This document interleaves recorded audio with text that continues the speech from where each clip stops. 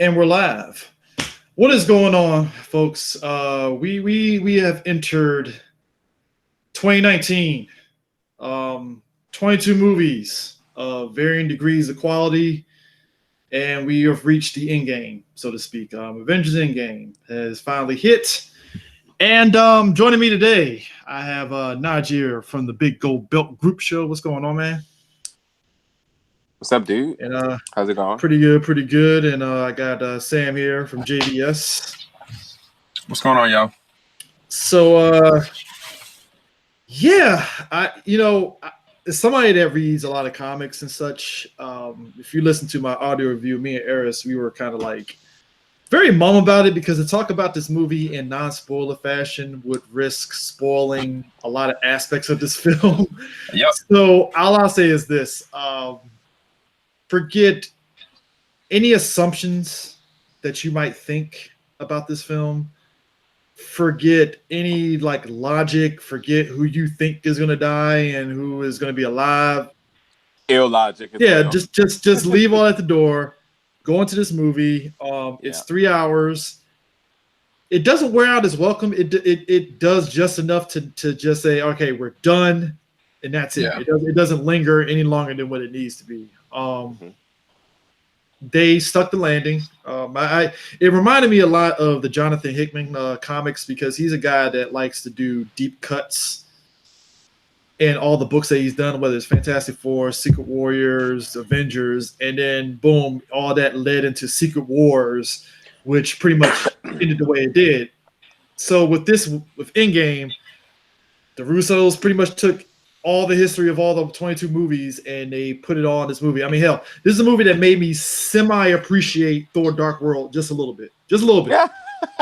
Yeah. You know what? And that's not even spoiling the movie at all. It's just you kind of appreciate that movie a little bit. Just a little bit. Also, if you've never seen Thor the Dark World, don't worry because it's covered in this movie in its entirety.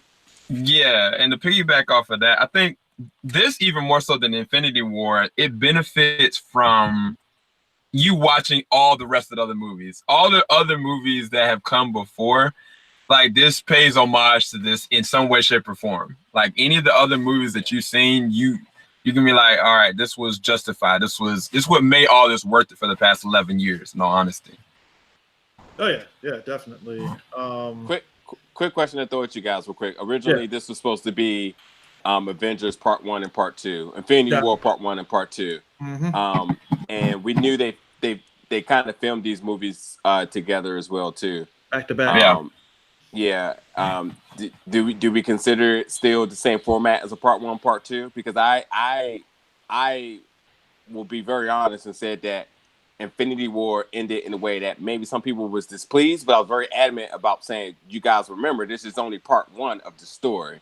So when you think about the whole arc between the two movies, would you consider this part 1, part 2, or is this legit just Avengers 4? I would say personally that it feels like Avengers 4. Like this very much so is very different than Infinity War, but at the same time, when you think about both movies as a collective, they really do work. Like they work almost perfectly together, but they are their own movies.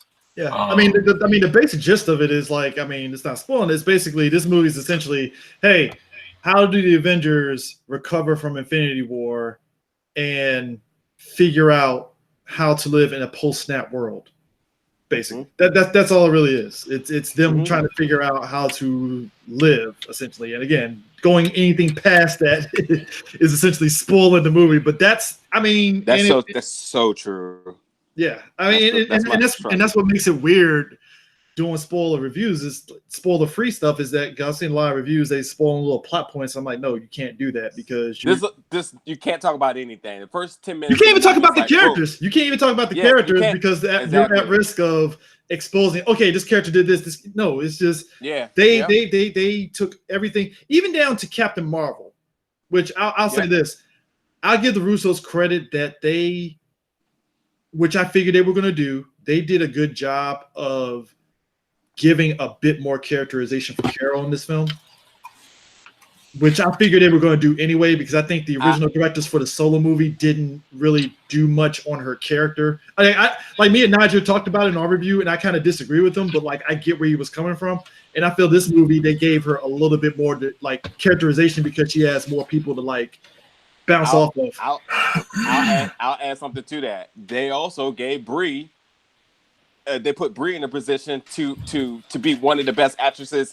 And when you're implying emotion, and you got to see her skill of why she's an Oscar winner and why she was selected for this role in Captain Marvel, finally, like now the casting makes sense, because the first was just like, why? Like, did you guys not know who you got? You know, they don't sit Michael Jordan on the bench. You know what I mean? Yeah. And that's why I feel they have something to work off of now. Now they have something to work off of. And it's like, okay, this is what the Russos were like, all right, bet. We like what you did with her in this movie, but we're going to take her and do what you did with her in the first movie, because they didn't necessarily portray what she was in the first movie. That's to their credit. Yeah, it kind of was like, all right. Oh, go ahead. I was gonna say, and I will say, like in my notes too, like the issues I had with Captain Marvel, I feel like was completely rectified in the first 30 minutes of this movie. That it made sense why Brie is Captain Marvel, who Captain Marvel was, how she was gonna make an impact. And a lot of other things people speculated on. You got it within the first 30 minutes for sure. And also, I got to clean myself up. I'm not calling Brie Michael Jordan. I'm not. I'm just saying you don't have a Michael Jordan and you don't play him. If you know he's a good scorer, you put him out there. You let them do their thing. You don't get Brie, who's one of the most like emotionally driven actresses, and give her no emotion. You just don't do that. Yeah. And I'll add on to that. I think that they used her. Like, man, how do I put this? It wasn't what I expected. It wasn't what I expected. I'll say that much. It's not even that. Like, they not only utilize her acting prowess, they use her character well. Like, if you have any understanding of the character, like from the comics, then you're gonna be like all behind this. And I think the Russos, that they filmed her stuff first before she did her own movie, which is even crazier because I think she was far better. But the other part of that is the acting. When I was doing my review, I was like, yo, the acting in this between Jeremy Renner, Brie Larson, Robert Downey Jr., Scarlett Johansson, Chris Evans, and even Chris Evans, like all the, I would say for real, Scarlett Johansson's acting in this is the best she's had throughout all the rest of them. Jeremy Renner, they let this man act. It was like, they were like, all right, go ahead and just go for it. Like, they gave everybody their opportunity to just go for it. The 3 hours opens it up for everybody to get a chance to do something. Because I can't imagine this being 2.5 hours. Something would have got left on the table. Because I told Eris this in it was kind of like after we recorded our little quick audio one, that they didn't waste like the 3 hours. I can't imagine them doing any cuts to this 3 hours. Like maybe a minute here, a minute there. But even then, I can't imagine you cutting anything out of this movie because everything was used. Like every frame, every scene had a use. So it's hard for me to imagine there being like, oh, there's a short 2.5 hour cut. It's like, no, this 3 hour cut. Look, I'd be surprised what deleted scenes they have for this. Yeah, so this is gag reels. Yeah. For sure. Well, so there's man, how do I say this? Don't trust the trailers. No, don't trust the trailers. I'm content to say. Don't trust them. The trailers is the first 15 minutes of the movie. That's it. Yeah, no, but I was gonna say even better. Just like the trailers did trailer jobs. That's it. Way better. Probably way better than Infinity Wars. Yeah. Marvel trailers did Marvel trailer job. That is exact. Take it how you want. That's just it. You know, trailers are trailers. It's true, because the thing is, like, you go in with these preconceived notions about this is what this is, or this is what's going to happen here. Man, just throw that out the door. Just throw that completely out the door. Just watch the film and see what they do with it, because I don't think you're going to be really ready for it. Oh, you're not. I mean, it's like there are certain elements like, okay, you expected some things to happen, but like it happens differently than what you had envisioned in your head. That's why like I kind of got to a point where I had to stop like looking at like I had theories in my head, but I had to stop myself. I was like, you know what? I want to see how this all plays out because if I start theorizing, then I don't want to be pissed off it didn't go this way with it. Yeah.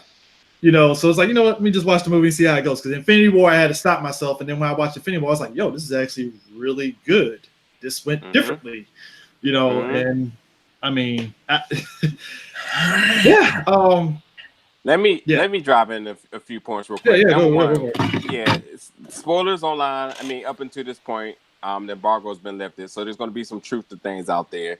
But that's everything that precedes April 23rd. Yeah. Anything that you've heard of before this point, like just just leave it there on the internet. Let Wikipedia and even the Reddit spoiler was bullshit. Just put it to you that way. Just again, to echo you guys, go in there and just enjoy the movie, have fun. It's 3 hours. It's not an endurance thing because it did not legit feel like it was that long. The only reason I even knew is because I just checked time to see.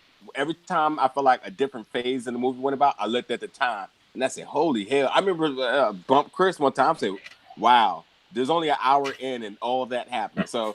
3 hours isn't a big deal. The internet stuff is trash.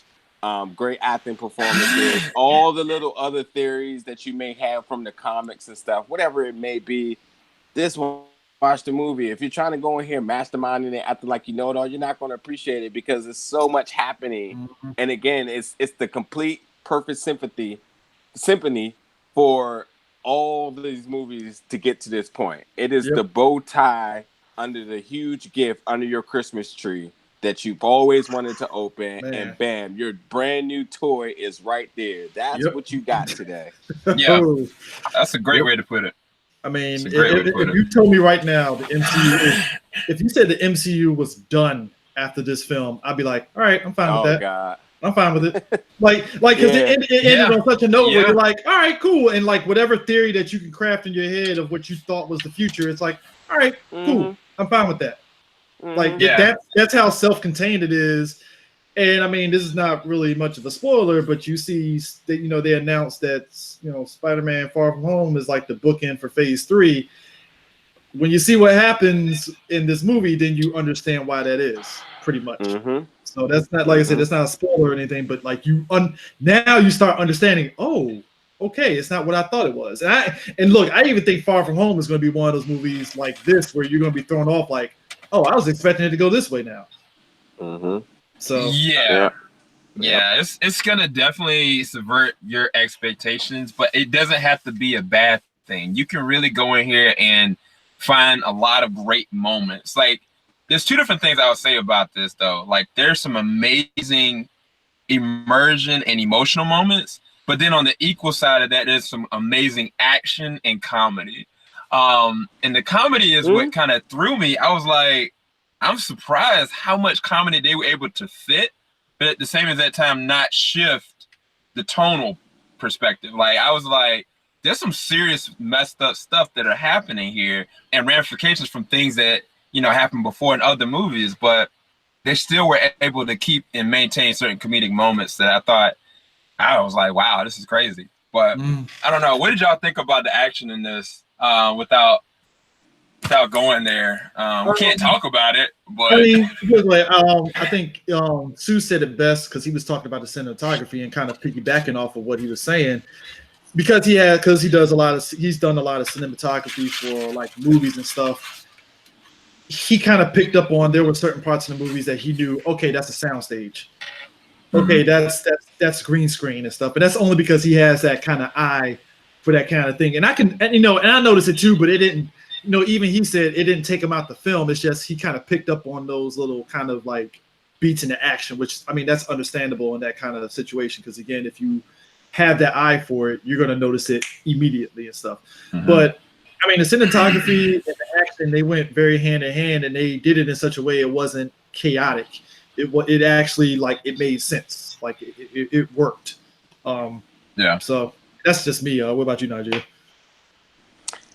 I thought the action was great. I mean, the movie provided a little bit of something for everybody in regards to a type of film that you want. The real question is, what genre would you call this? Superhero films is not technically a drama, but they're mostly are connected to what science fiction or even action. But this movie did so much and doing a little bit of everything that you Uh-oh, cut out a little bit. can go in here and say, I'm sorry. Okay, you good now. Can you guys good. hear me? Yeah. Sorry about that. I'm on the phone. Just anybody that's listening. I'm gonna jump on the computer in a second.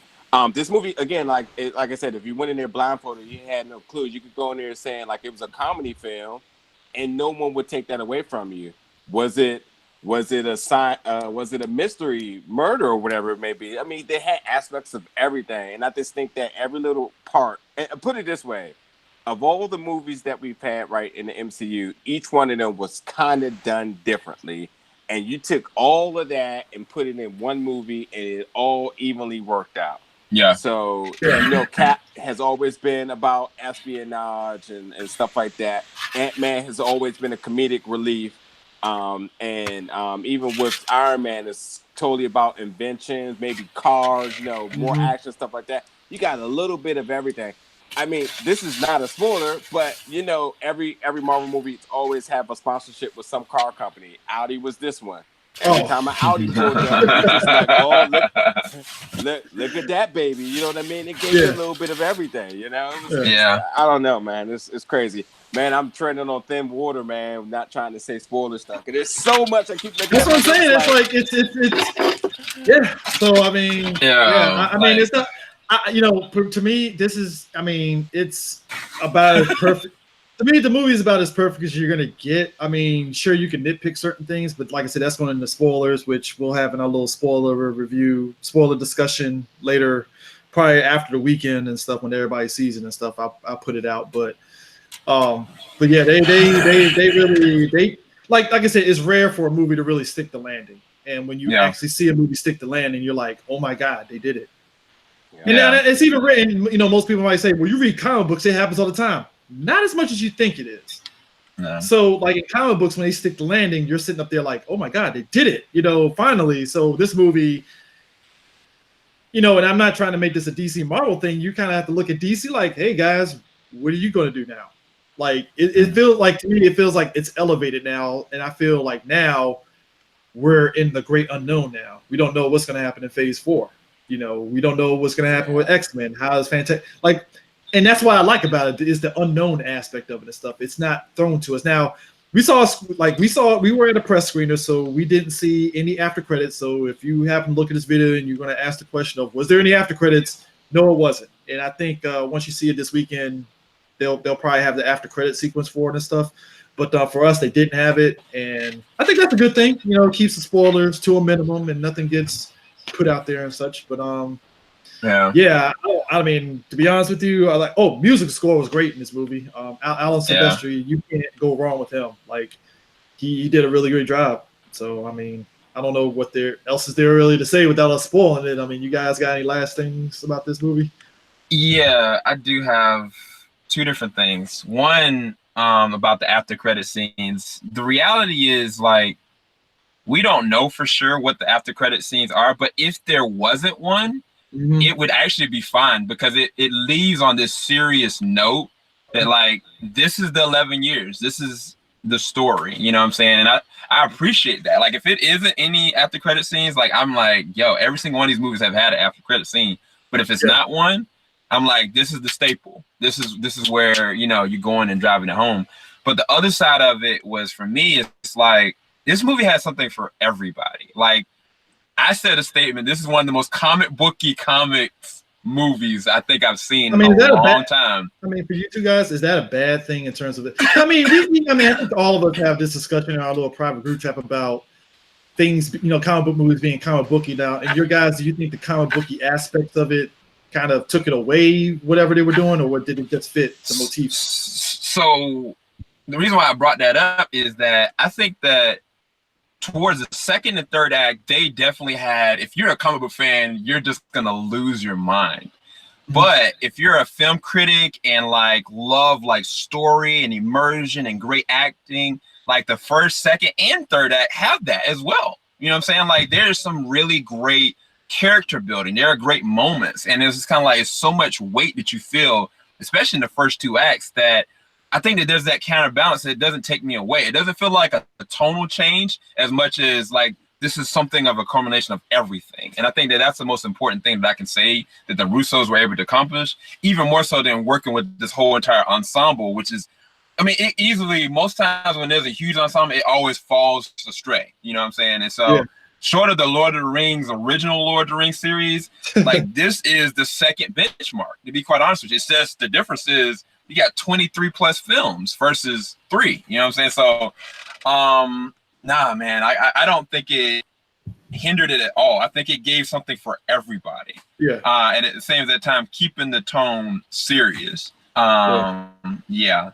Man, dang, I can't say nothing. Great.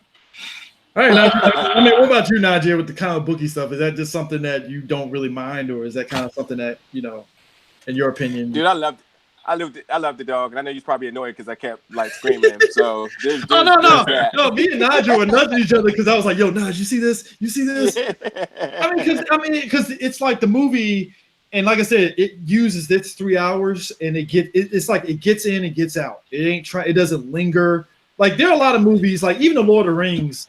For the 3 hours that it had, you felt at times the Lord of the Rings, it's like you're kind of lingering a little bit here. I'm kind of like I'm not engaged, and when I'm not engaged in the movie, then I kind of like I fall out a little bit. And with this, you're engaged to that whole 3 hours. You're not at no point are you sitting like, oh, this is, you know, you're like, oh, okay, unless you gotta go to the bathroom, of course. I mean, that happens, but I mean, other than that, they keep you engaged. So I mean, I don't really have much to say, like you said, at the risk of spoiling anything. So, yeah, I guess that's it for our little spoiler review. You guys want to plug in y'all's outlets and such? Yeah, for sure. Definitely go and check us out. Team JVS. We got a website, teamjvs.com. We're also on YouTube. Just type in JVS or SEL0320. We're going to be doing a spoiler review for Avengers Endgame, probably going to be releasing that on Saturday, and trying to do a discussion with these amazing gentlemen. Definitely a lot of craziness coming out. Game of Thrones coming up. The finale for Gotham is coming up on Thursday. I might have to jump in so on much that one. more. I might have to jump in on that one because I got things to say about Gotham. Because again, since DC, I have been watching it at you and Mo's recommendation, so I'm not lost. I got things to say. So yeah, be on the lookout for me to pop up on that episode. So and then me and this man have been doing some dope stuff with Cloak and Dagger. So it's just a lot, bro. So definitely go and check out our content. We got a lot coming. Yeah, and just to mirror that, catch your weekly pro wrestling stuff over at BigOldBeltGroup.com, as well as mirroring a lot of Sam and the Three Black Geeks stuff with reviews and comic book culture stuff. So yeah, BigOldBeltGroup.com. Cool. Yeah, I'm also doing an audio spoiler discussion that's going to be ridiculous and stuff. That's why I was like, I figured it's going to be. So, folks, there's going to be 2 different spoilers. It's going to be the video spoiler that you're going to see with us 3 talking, and I might jump in on JVS's and stuff, and then there's going to be the audio spoiler with Joe and a lot of other people and stuff on that one. So this is kind of the first time I've actually had to do 2 separate ones. This is kind of weird and uncovered territory, but I'm fine with this because that's we got to do that with Three Black Geeks. We got to give the people what they want sometimes. So, but yeah, that in mind, I guess we will catch you guys on the flip side. Peace out. Later, y'all.